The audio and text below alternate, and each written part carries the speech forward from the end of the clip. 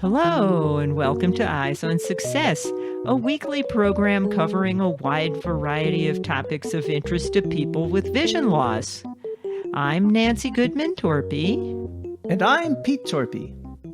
As I like to say and did in Thunderdog, don't let your sight get in the way of your vision is so important. We need to get out of thinking that eyesight is the only game in town. And the Talking Lab Quest proves that. And today we'll be talking about how to make STEM activities more accessible to people with vision issues.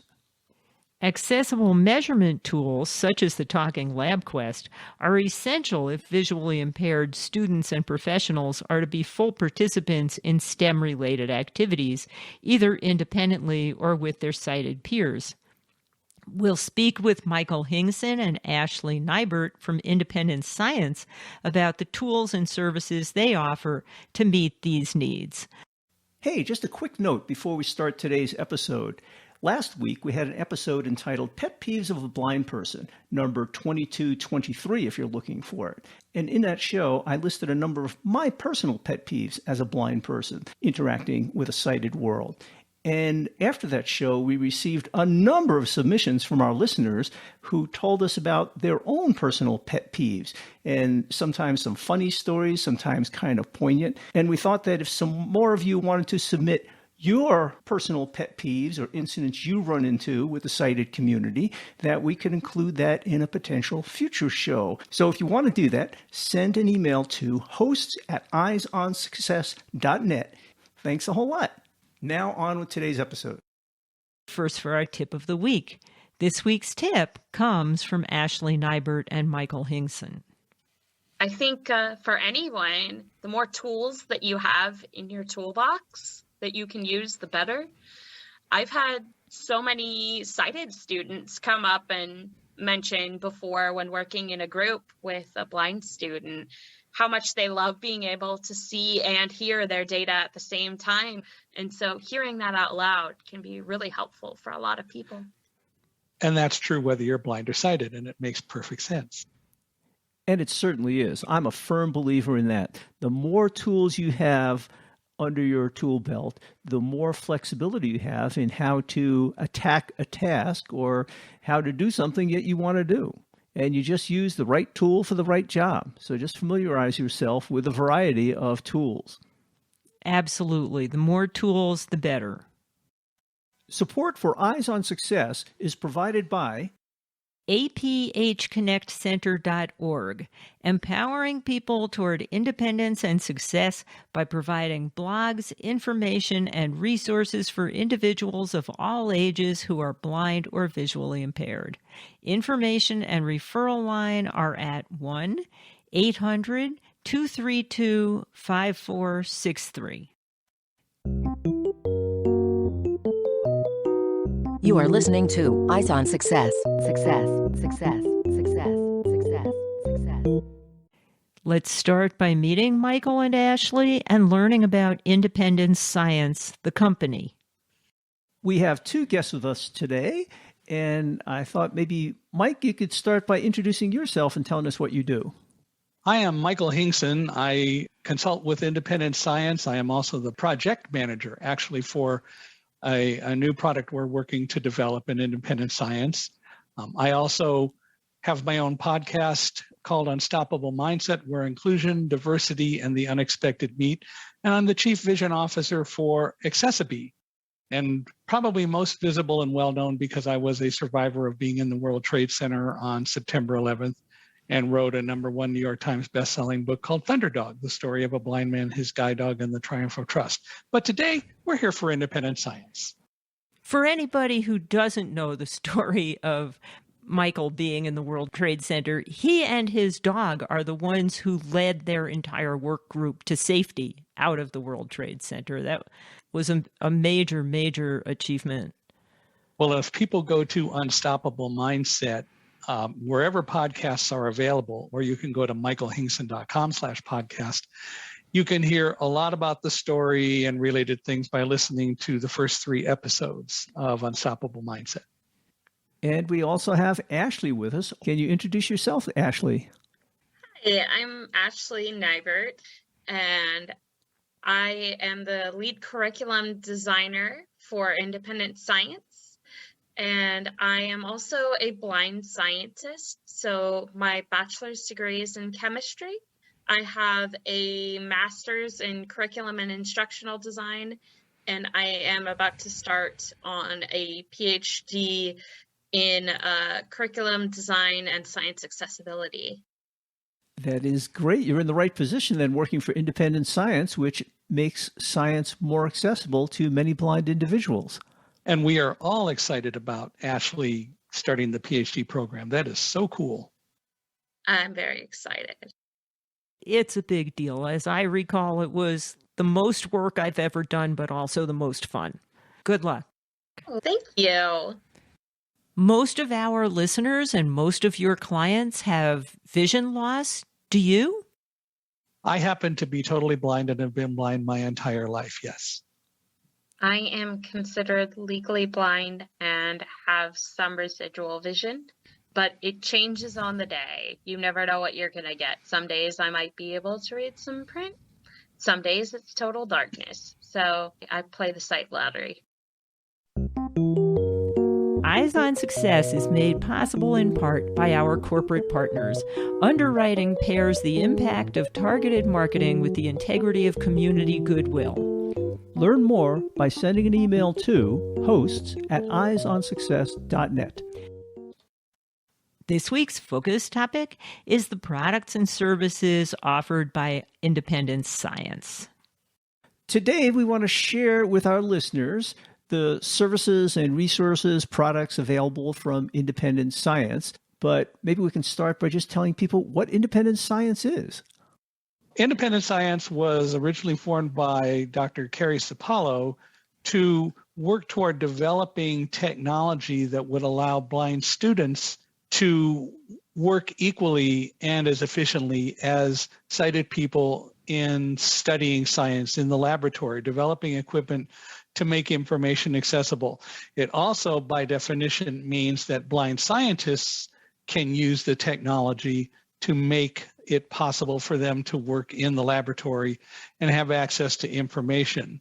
So a little bit later, Independence Science worked with Vernier Software and Technology to make their product, the LabQuest, available as a talking LabQuest, which Independence Science sells. And the talking LabQuest basically is a box that can have something over 80 different kinds of probes attached to it, or sensors. And those sensors can measure all sorts of things, anything from wind speed to pH to voltage to temperature to any number of different kinds of things. The idea is those products were already available to sighted people, and now because of Independent Science, they're available to blind persons as well. And so Independent Science has been working diligently to continue the process of ensuring that all of us who happen to be blind, whether totally or not, have access to the information that others have when they're working in the laboratory. Are there other products that Independent Science sells? Yes, we also have a Talking Logger Pro, which is sort of a computer version that has a higher statistical power that you can pair along with the LabQuest. And then we also have kits. So any instructors that want to get their students set up with accessible laboratory equipment like Braille labeled spring scales, balances, or also tactile equipment like wiki sticks for working with designs and being able to have tactile imaging. We do that as well as consulting and PDF remediation, which, as many of you probably know, PDFs do not come accessible. So we do a lot of work in helping make sure that image descriptions as well as the actual words of the PDF come through properly for screen reader users. So you mentioned the founder, Carrie Sapalo. He's also a blind scientist, correct? Correct. And I understand he's a chemist, but from what you just said, these tools are applicable to many, many fields of science. So we have a lot of different scientists on our staff. I myself am a chemist. Mike is a physicist. We also have blind mathematicians, another physicist, and it also runs the gambit of engineering, oceanography, and everything in between as well. When you're looking at something like the LabQuest, or in our case, the Talking LabQuest, the intent of the original development of the technology was to have a workstation or a station, if you will, that can give you access to measurements in a lot of different ways. So, for example, why have a standalone Geiger counter if you can have a probe that you can attach to the LabQuest to measure radiation? Why have a standalone scale or method of measuring force or acceleration if you can have those as sensors that you attach to one box, namely the LabQuest or the Talking LabQuest? And that's what the technology brings to everyone, is a single station, if you will, that any number of different kinds of probes can be attached to. And not only can it make measurements, but because the LabQuest and the Talking LabQuest have the ability to do ongoing measurements, let's say you're measuring the pH, to go back to chemistry, of something, you can put the probe in a liquid and even watch the pH change as you do something that would cause the pH to change, pH being how acid or base the substance is. And not only can you measure those changes and hear those changes as they occur, but the LabQuest and Talking LabQuest allow you to graph it and even export the data so that you can share it with other people. It really makes all of this concept of data collection accessible and available to everyone. I was going to say, if I could add, it's a mainstream product. So the Talking LabQuest and the LabQuest that doesn't talk is the same sort of product in school. So it helps students to reduce kind of that differentiation. Sometimes students might feel you don't have something different that looks weird or anything that's like, oh, this is only for blind, because they can work in groups together, even if they're mainstreamed or have different levels of vision, as well as you can also analyze your data, which is a huge thing. A lot of products that are out there for blind science will try to say, we collect the data, but 90% of science is analysis of that data. And one of the things about the whole LabQuest concept is that if a school has purchased a LabQuest, they can get the software then to make that talk. It's the same device. Mm-hmm. And that's very crucial because, as Ashley is pointing out, then what you do is the same either way. It's just that now there is a display or a way to make the information talk. And something else that's exciting about all of this, in the last couple of years, we have demonstrated how to use the technology in a remote environment. So if you're dealing with teachers that have locked down classrooms so students can't come in, you can still arrange and configure the devices so you can deal with data remotely. And so again, teachers and others can see what you're doing and teach you accordingly. So I'm pretty sure you just said this, but just to clarify, the talking aspect of the Talking LabQuest is just a software add-on. It's still the same physical device? Yeah, absolutely. It's the same technology. Hardware is not modified to make it talk. And this is a great concept because essentially you're using this LabQuest as a hub to make a number of measurement devices accessible where normally they wouldn't be accessible. So you don't have to build accessibility into each individual device. And also you can collect all of this information in a computer and presumably a spreadsheet. And as you said, make it very easy to analyze the data you've collected later on. Right. And you can also have on the device sonified output. So you can get a basic audio overview of what your graph is going to look like, but you can also emboss that graph and get a tactile representation. And or a lot of students that we've worked with use that tactile representation for analysis on their lab report and then turn that into their teacher as well. Well, that would have been real useful to me going through high school and as an undergraduate when you were often doing things in the lab. I had a little bit of vision at the time, and my head was always real close to things to try to read it, and sometimes dangerously close. As I recall, there was an interesting instance when you got a little too close to a Bunsen burner. Yeah, I bent over with my long hair at the time, and I'm hearing this, shh, what's that? And I put my head up, and my hair wasn't over the Bunsen burner. I don't know, so I bent down again, same thing, shh. And I finally figured out what was going on. He thought it was hot stuff, right? Yes. Apparently, the Bunsen burner had a dim blue flame, which I couldn't see. It wasn't bright orange like most flames. And each time I bent over, my hair was being singed just a little bit more. But I survived. It's funny that you mentioned that because that's actually kind of how I got roped in with the company, is because my instructor Googled blind scientist because my bachelor's was a chemistry degree.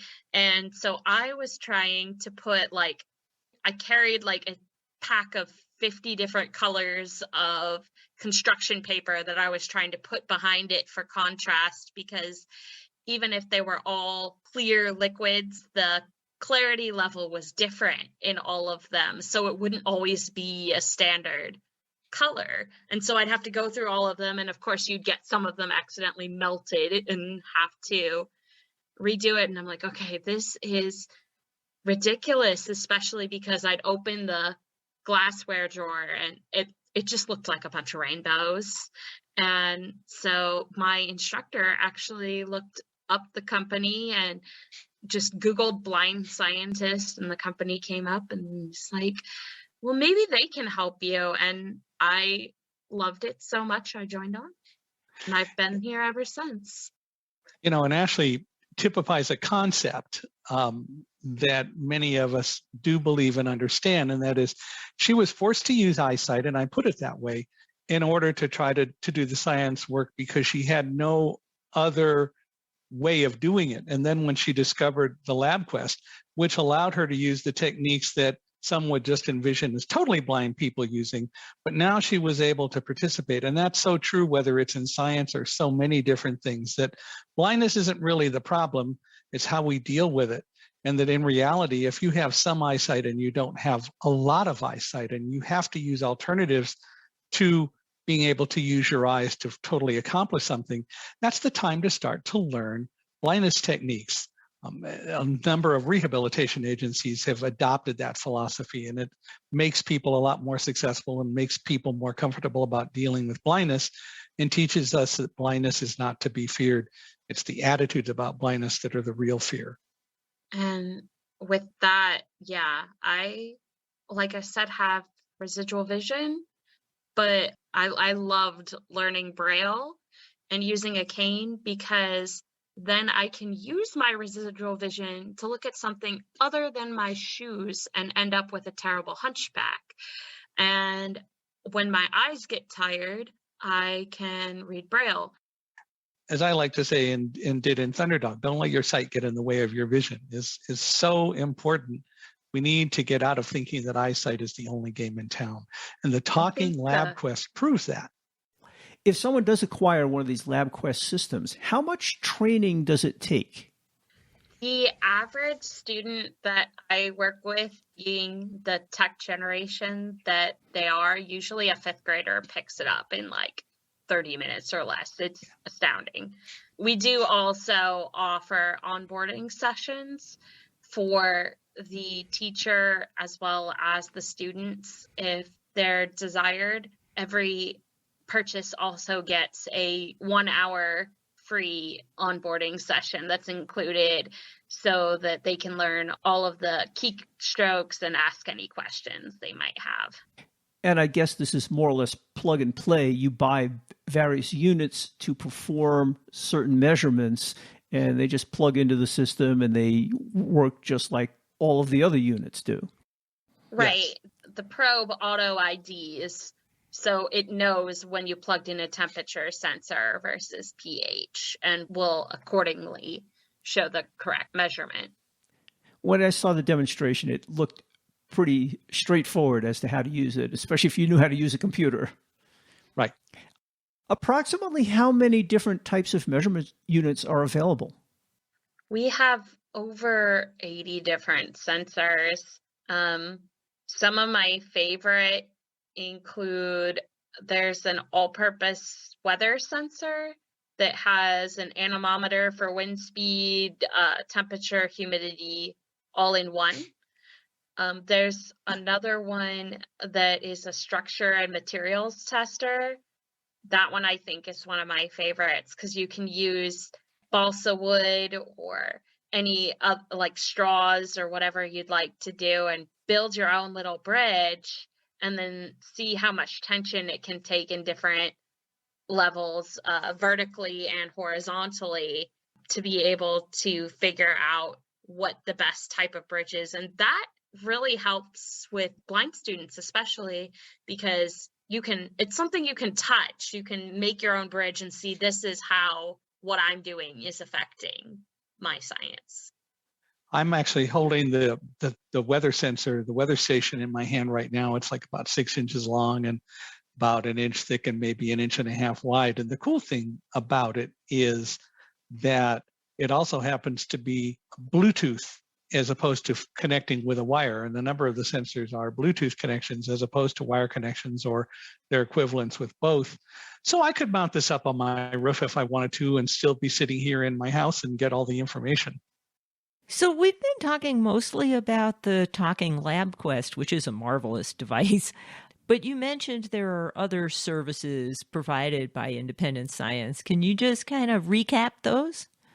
So one of the things that we do is we have kits that are pre-made for teachers for tactile accessibility, like everything you need in math classes, or accessible science for children that might be too young to use the LabQuest just yet. Because, like I said, it starts hitting as independent use around 4th, 5th grade, but it's important to introduce students to science as early as possible.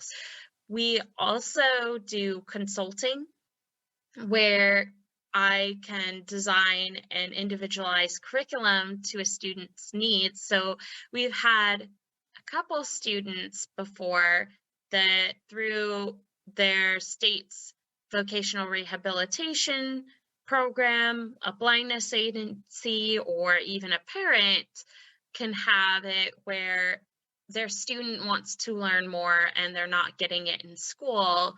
So, or they're wanting to be prepared for college and didn't get the chance in high school, then we can work with them. Some of our staff will work with them over a span of days and train them on the LabQuest and make an individualized plan for that student to help them to get careers.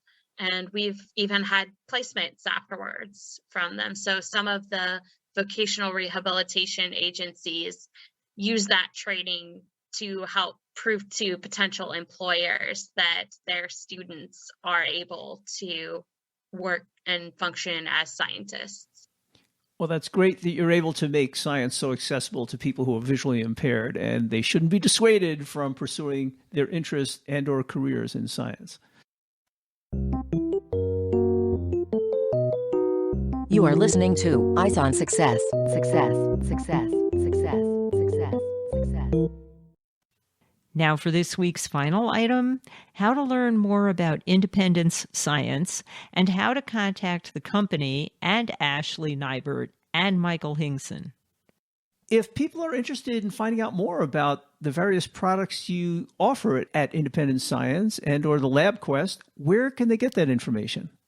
So that's going to be at www.independencescience.com, and that's independence with an ENCE And by the way, on the Talking Lab Quest, one of the features is, and it's available on the website, as I recall, is a periodic table of the elements with more things than you ever wanted to know about any element. It's on the Lab Quest, but there is also a talking periodic table on the website. Am I right about that, Ashley? Yes, there is an accessible periodic table that is for free on the website for anybody who wants to use that for school. If somebody had a question or a comment, how would they reach you? So we are available via phone, email, Twitter, or Facebook. So our phone number, our central line is 866-862-9665. And then if you wanted to reach me, I'm extension 5. And Mike, do you want It's extension 9. And then our emails, it's our first initial and then last name at independentscience.com. So mine's A. Neybert, A-N-E-Y, B as in boy, E-R-T, at independentscience.com. And I am M. Hingson, M-H-I-N-G-S-O-N, at Independence Science, INDEPENDENCESCIENCE.com. Yeah, and then we also have Twitter and Facebook. So if you want to find our Twitter, we're at INDSCI. And then our Facebook is just with /Independent Science. Smash, just one word. And we put out a quarterly newsletter, which you can sign up for on the website. Which we've been getting for several years. There you go. You guys do some interesting work. It's terrific to see how the company and the effort has been growing. It's fun. And of course, you can find all of that contact information in the show notes associated with this episode at www.eyesonsuccess.net. And remember that we've done many episodes over the years about STEM, science, math, etc., and we've interviewed many professionals in those fields. So if you want to hear some of those episodes, you can use the handy search feature on our website and just enter the term STEM or science, and you'll find links to those episodes along with the show notes and a summary of each episode. And it makes it really easy to find what you're looking for in our archive of nearly 600 episodes. That's it for show number 2224.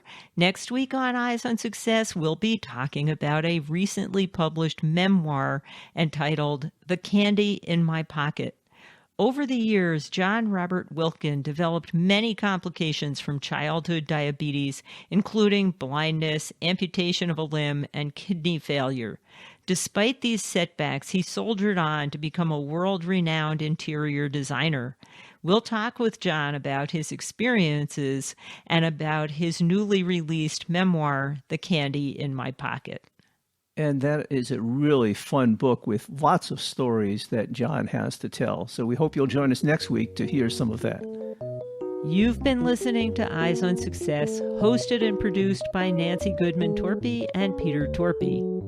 You can access the full archive of previous shows, subscribe to the podcast, and much more by going to our website, www.eyesonsuccess.net. If you have questions about anything you've heard on the show or have suggestions for future shows, send an email to hosts@eyesonsuccess.net. Thank you for listening and have a nice day.